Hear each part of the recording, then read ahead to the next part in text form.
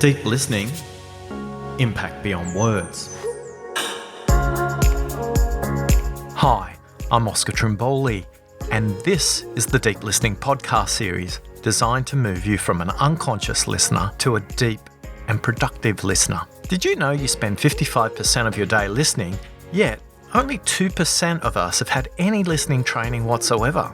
Frustration, misunderstanding, wasted time and opportunity, along with creating poor relationships, are just some of the costs of not listening.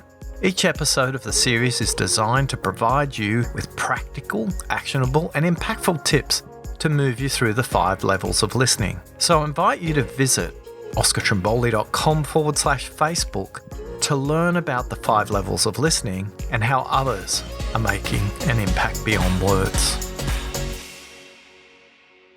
In this episode of Deep Listening, Impact Beyond Words, we take a masterclass through Level 1, Listening to Yourself, from Dr Romie Mushtaq. Dr Romie is a traditionally trained neurologist in addition to having board certifications in integrative medicine. She brings together Western medicine with Eastern wisdom to help individuals and audiences learn how to move from stress to achieving peak performance. And she talks us through how to harness the power of mindful leadership. What I enjoyed the most about speaking with Dr. Romie is everything she discusses is based on neuroscience, evidence, positive psychology, and mindfulness. In this masterclass of Level 1, Listening to Yourself, she talks about the role of distraction and how breathing and bringing you to the present moment and the amplifying impact that has on your listening. Dr. Romie has a delightful TED Talk called The Powerful Secret of Your Breath, the role of your ego. And one of my favourite quotes during our discussion, she says, "Your ego is not your amigo." We spend a fair bit of time talking about the impact of when your ego shows up and its consequences for listening. Equally, we talk about the impact of when your ego isn't present and what's the impact on listening when your ego is not present. That's got 2 distinctly different dimensions to it, so please listen out. Dr. Romie does a great job of drawing a map from your ears all the way through the different parts of your brain to help you understand what's the journey like as you move from hearing to listening. Once we're inside the brain, we go and explore the amygdala, the prefrontal cortex, and she does a great job of explaining how these interact with what she calls your executive function. That's where a lot of listening takes place. She talks about the role of fight and flight and these reactions and the positive and negative consequences as it relates to listening. She makes a great case for leaders leaving their ego at the door because sometimes where your questions are coming from impacts the way you listen. She does a great job of talking about the organisations she consults to about the importance of commencing a meeting with 3 minutes of deep breathing. Breathing deeply will help to improve many functions, one of them being listening. It's no surprise also that Google has integrated this into a practice they've done for the last 3 years when they commence large and small team meetings. The importance of everybody coming together collectively and noticing their breathing. 3 minutes of breathing is great, but what do you do if you don't have 3 minutes? Well, that's okay, Dr. Romie will talk us through that as well. Listen carefully how she explains how breathing can not only influence you, but influence the person next to you. And then finally, it truly is a masterclass in presence-based mindfulness. During the interview, a lightning bolt strikes off the coast of Florida, not too far from where Dr. Romie's conducting the interview. And it was a beautiful example because she showed me at the end of the interview that these lightning bolts were huge. But throughout that, she managed her presence by talking about some of the techniques she used not only in team meetings, but real time while the lightning bolts were hitting outside the Florida coast. Let's listen to Dr. Romie.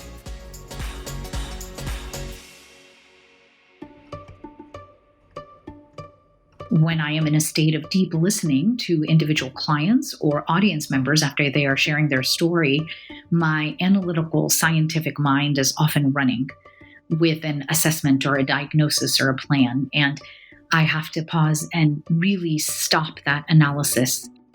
I'm curious for you to explore the cost of not listening for you.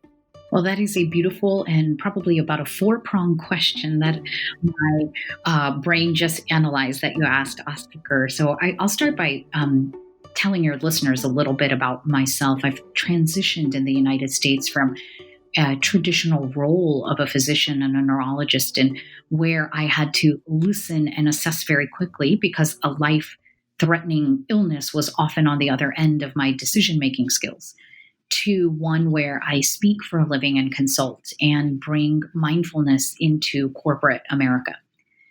And that transition of interacting with patients and clients one-on-one to large groups, I would say that I would love to talk to you about the cost of not listening in the corporate setting. It's what I have seen now as I serve as Chief Wellness Officer for a company named Evolution Hospitality of almost 6,000 employees here in the United States. And the cost of not listening is multiple fold. One, there is a breakdown in the trust of the relationship that is being built between you and another colleague at work. When someone does not feel heard, they don't feel seen. So even if you recognize their problem and are going to help them fix it, if an individual doesn't feel seen or heard, it's already eroded at the trust of the relationship of a colleague or a boss to an employee. I think the second cost of not listening is the obvious breakdown in communication amongst team members. I see this often in the C-suite, where you have a gathering of brilliant minds who are all there for the greater good, which is to have success as a team in a company. And even if everyone is there for their highest purpose, we often are not trained as success-driven professionals in the art of listening. We're only trained in the art of thinking and speaking. So I feel the cost of not listening at a leadership level is that any goal that has been set forth for the leadership team or the company, you are now hindering its progress without listening to feedback or listening to colleagues in a meeting. And genuinely not only listening, but processing the information you're hearing. So I think that is it.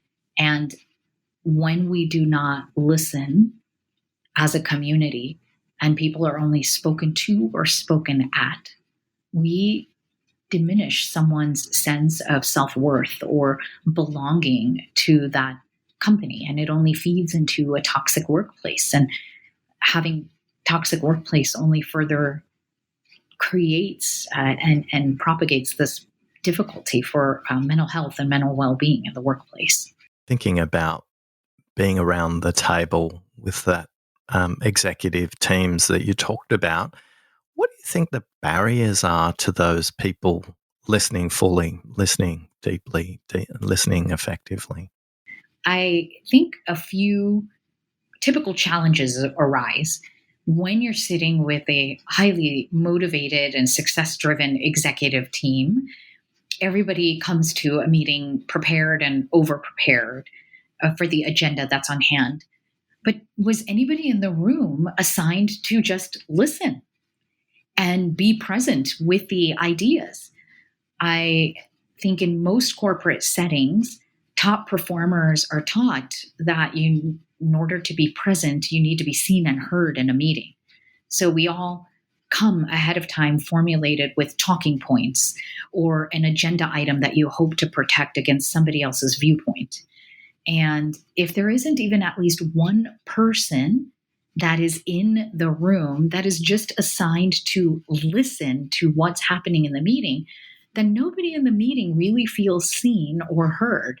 And it can start to erode at the energy of a team. and feeling that we're all here and gathered for a greater good or a greater purpose. So I think the first thing is that nobody in the room was actually assigned to be present and listen. The second thing is when a meeting is considered effective, everybody has been assigned to come with a task or a point in the presentation. And if we're not invited to a meeting just to listen and hear ideas, then we often are not reminded that we're there to also listen and gather information. And the third thing is in most corporate settings, if one is sitting in a meeting silent and taking notes and listening, they may be considered that they were disengaged or had nothing important to contribute. And that is everybody's worst fear. When you enter a meeting from a place of fear that I need to say something brilliant so that my boss or the other leaders can see that I belong here, it's a function of fear, and ego has taken over. And those are probably the three reasons why we fail to sit and listen in a meeting, and that balance is destroyed.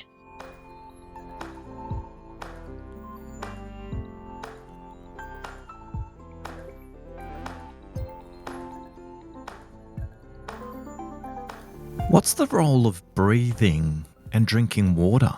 What deep breathing or mindfulness teaches us is it does get us out of a fight or flight response, and that tends to then decrease the inhibition to cognitive areas that help us in executive functioning and processing, which is required for listening. As far as the drinking water, you're absolutely right that when people, there is about a 20% decline in cognition when people are dehydrated and they think they need more coffee. And what they really need is more water and minerals to help the cognitive skills of the brain. One of them is around all the cognitive processes around listening.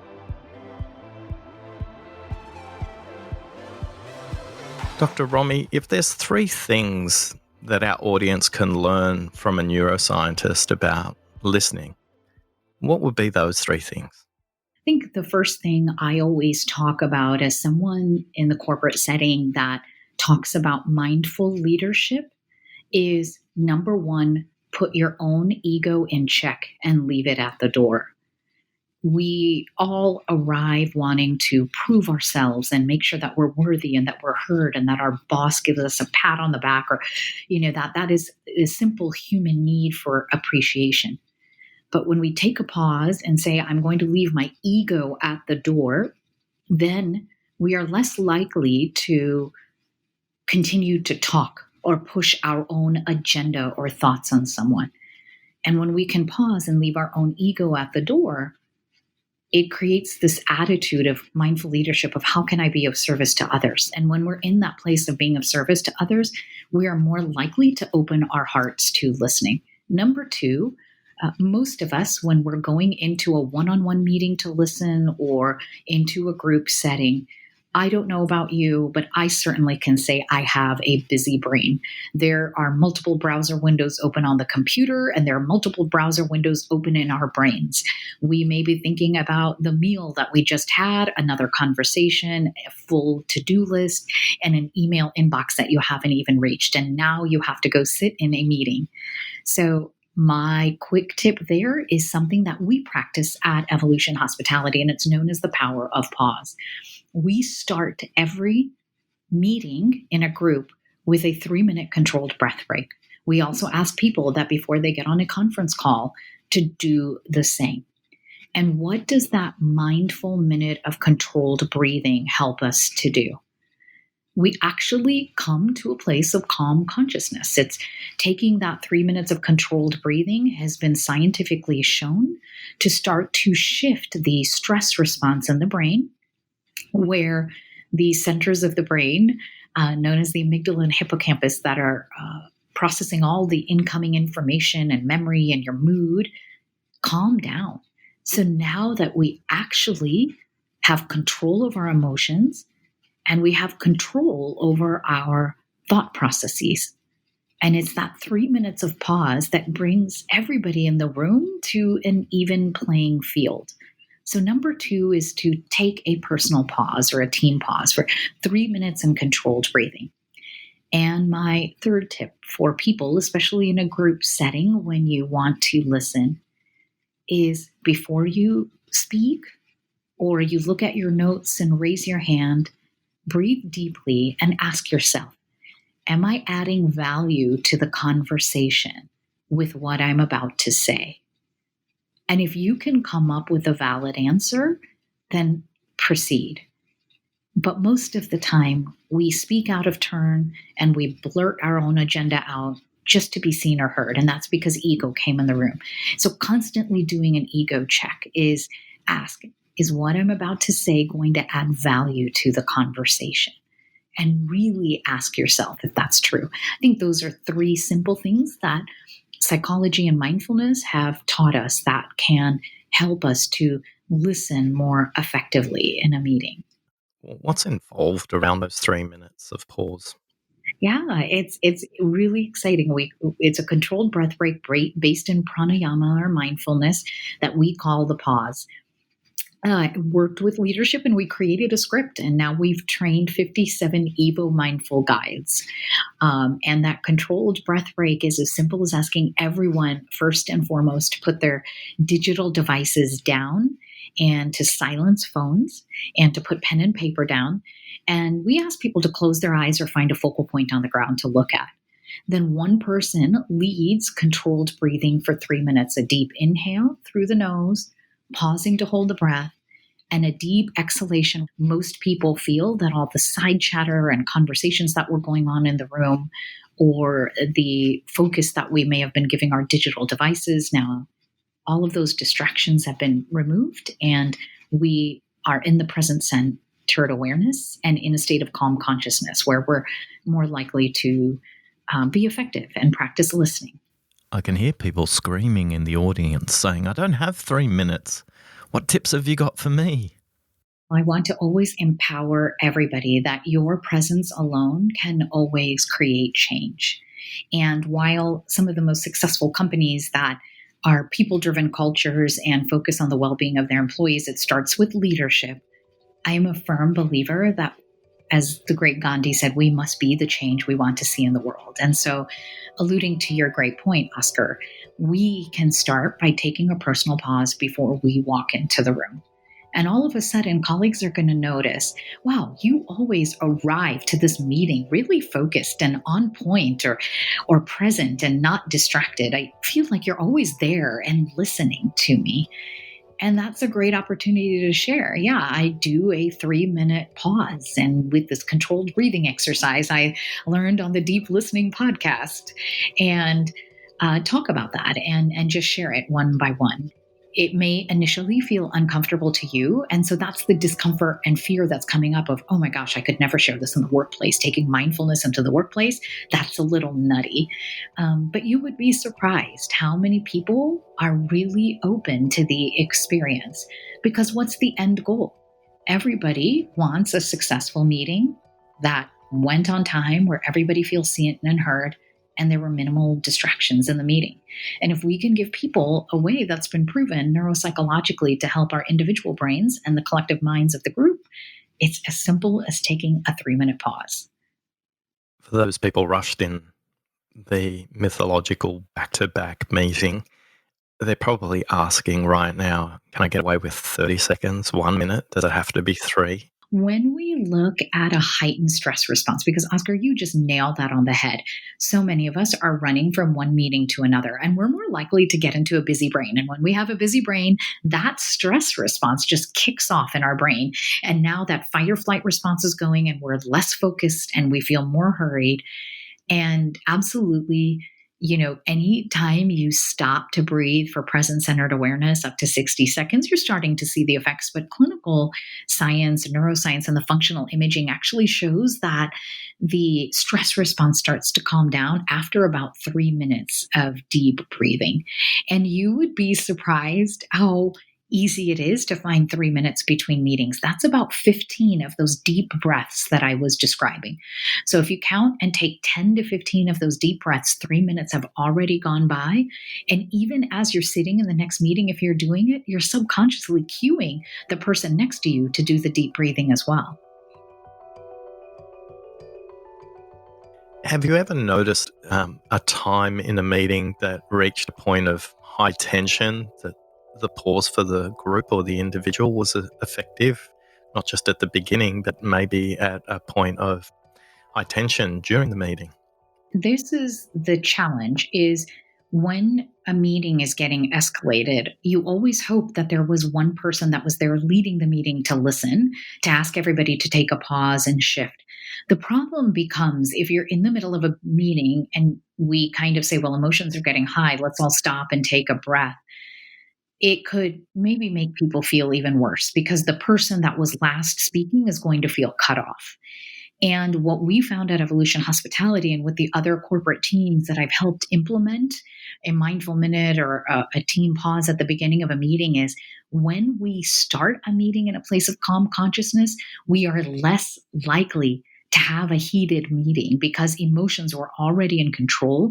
People were present in the actual meeting. And that's what we have found that's more effective. So probably a better solution if a meeting is starting to get derailed because one or more persons are of heightened emotions is just remember that you as the role of the listener is there to listen. And I typically say, let the person run out of steam. So whoever is passionate or angry or anxious and really wants to get their point across, if we let them speak without interrupting them until they themselves signal they are done, emotions in the entire room are more likely to calm down.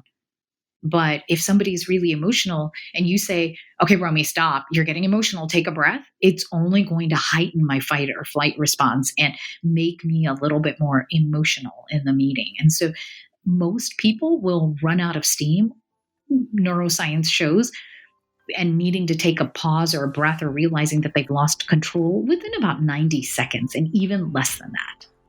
My sense is that you saying listening comes from the executive function or the prefrontal cortex. Is that typically where listening's coming from? And where listening is hijacked is when we're triggered into the amygdala.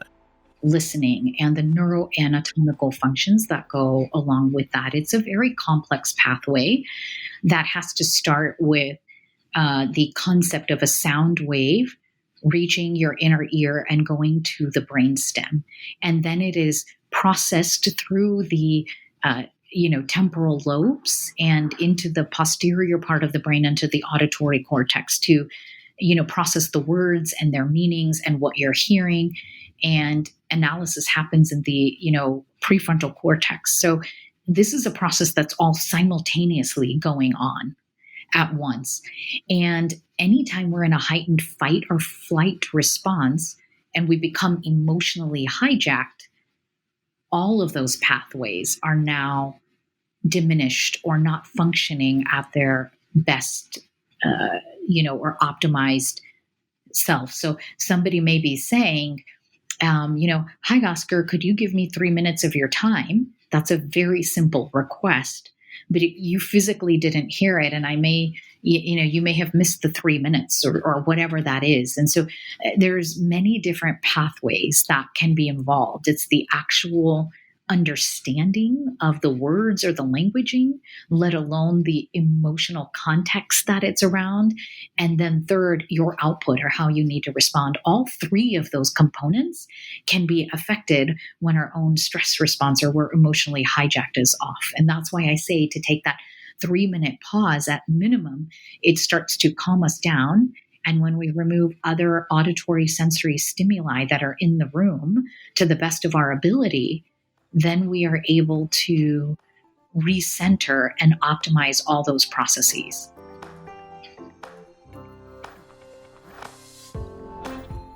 Folks that are listening, when you're going into the meeting, ego is always saying, oh my gosh, I don't want to mess up. I don't want to look like a fool in front of my boss. I have to speak in the meeting and I hate public speaking and I don't want to look stupid. These are all functions of the I, the ego. But what if we said this to the collective we?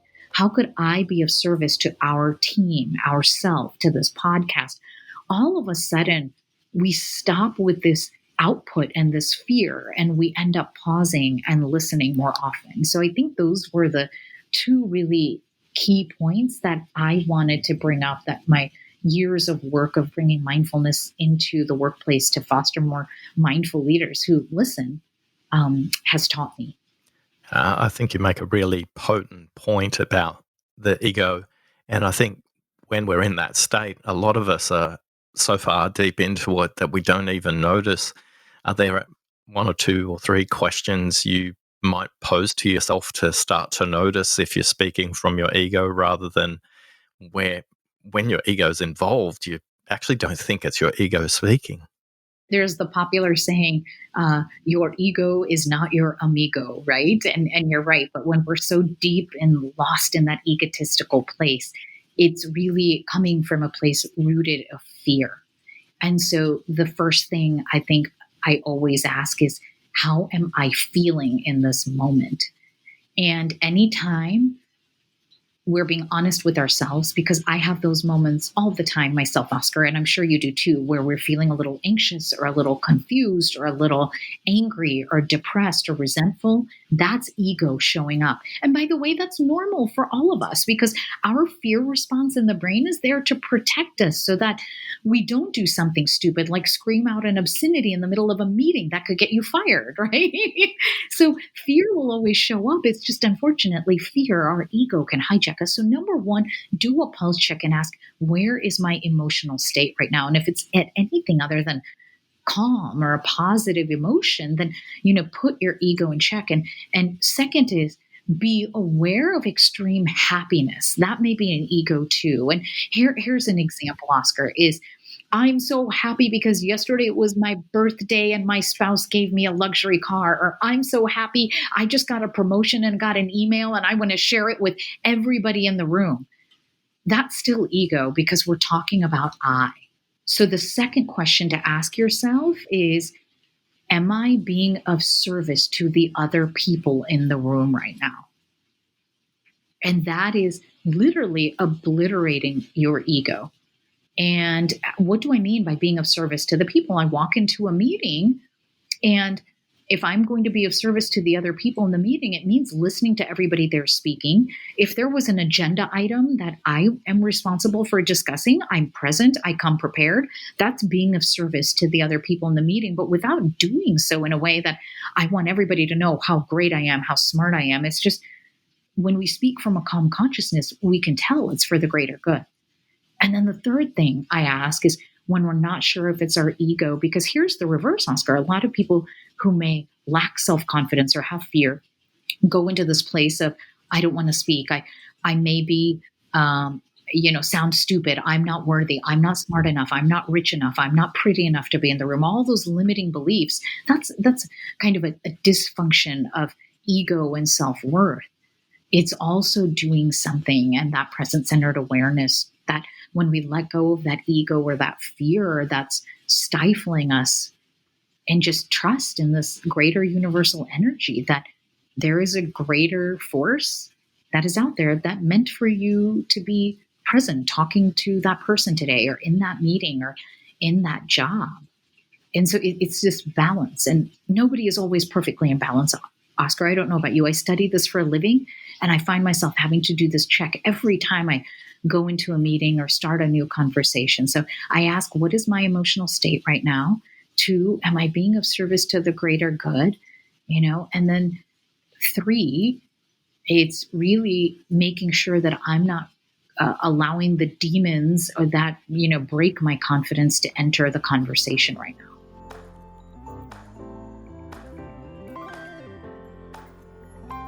Earlier on, you talked about the fact that, we have multiple browsers open on our computers, but we also have multiple browsers open in our mind.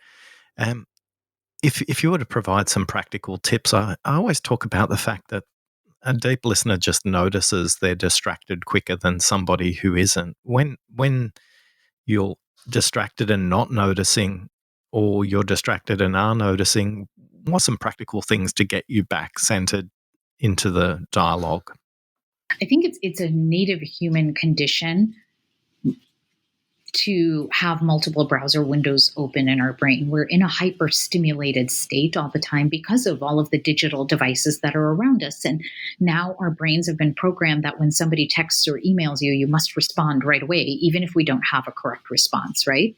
And there may be TV or music going on in the background or other side conversations when we're at home or not. And a lot of, for those of us that are of a certain age, Oscar, that in the 80s and 90s, we were taught that multitasking was a superpower. And so we're now having to deconstruct that because we know it's a myth. And the mind can truly only focus on one thing at a time, whether it's listening or whatever we need to execute. So first of all, I want all of us to have compassion with ourselves, to know that it's a battle in this hyperstimulated world, and many of us were trained to multitask. So number one, have compassion with yourself, and to know that for most of us, this is a human state.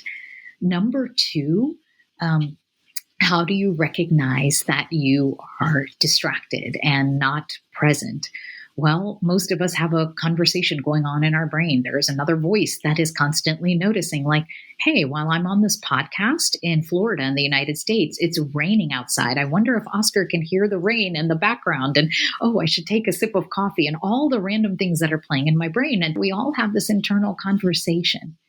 But this idea to pause always and take a few deep breaths yourself, as you teach, Oscar, and then ask yourself, what do I need to focus on right now?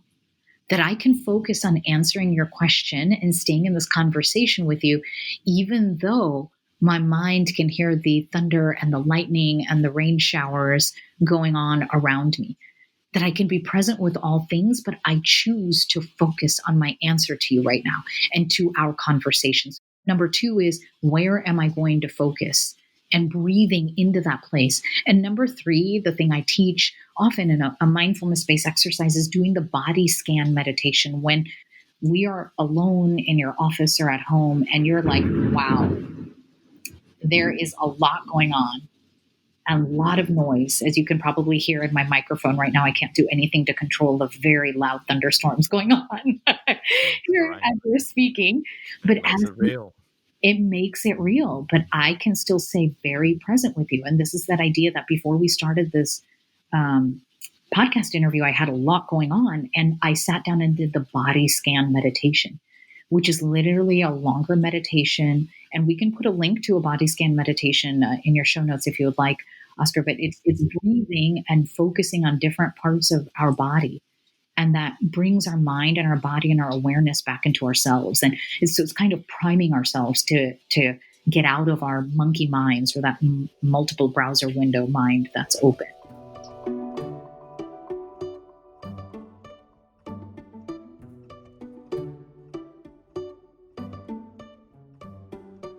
Wow, what a privilege it was to listen to Dr. Romie, the neuroscience of listening. The way your mind can be hijacked if you're not paying attention. Some of the things I took away from today is, how do you make a meeting productive rather than escalating passion, anger and emotion is all in the foundational setup. If we can get everybody becoming conscious of their breathing when they jump in, a meeting will be productive throughout. If you're like me and wanted to listen a bit more to Dr. Romie, check out her TED Talk called The Powerful Secret of Your Breath. It's an amazingly articulate, entertaining, and educational way to notice yourself, your mind, and your body. The other point that she made was, neuroscience teaches us that it takes less than 90 seconds to de-escalate a situation, and if you let people speak it out, it'll usually help them to overcome the issue themselves as well. The difference between what you hear and what you process, and ultimately how you listen and what you listen to, is impacted by the mindset you walk in. I can't help but remember that my ego is not my amigo. And one of the questions Dr. Romie posed to me and to you, how am I feeling in this moment? And where is my emotional state in this moment? I think those 3 simple things that she reinforces about removing distractions, becoming conscious of your state and your breathing, and make sure you're drinking water will all set you up on a wonderful foundation at level 1, listening to yourself. I hope it came across how much I enjoyed this interview with Dr. Romie. She really expanded my horizons and deepened my understanding when it comes to listening even more deeply. Thanks for listening.